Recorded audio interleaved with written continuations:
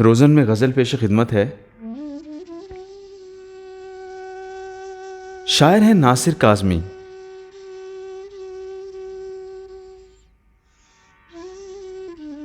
दयारे दिल की रात में चराग सा जला गया,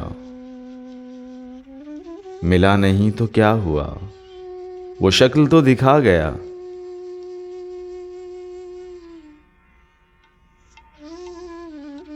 वो दोस्ती तो खैर अब नसीब दुश्मना हुई,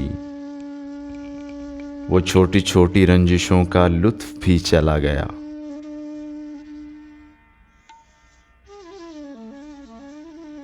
जुदाइयों के जख्म दर्द जिंदगी ने भर दिए,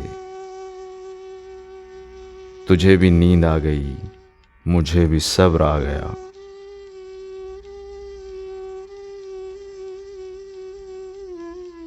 पुकारती हैं फुर्सतें, कहाँ गई वो सोहबतें, जमीन निगल गई उन्हें कि आसमान खा गया।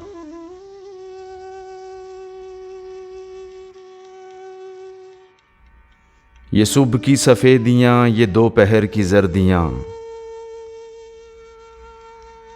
अब आईने में देखता हूं मैं कहां चला गया।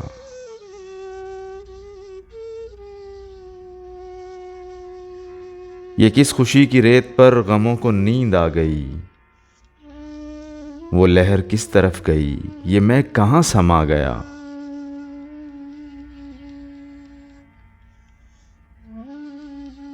गए दिनों की लाश पर पड़े रहोगे कब तलक, अलम कशो उठो के आफताब सर पे आ गया।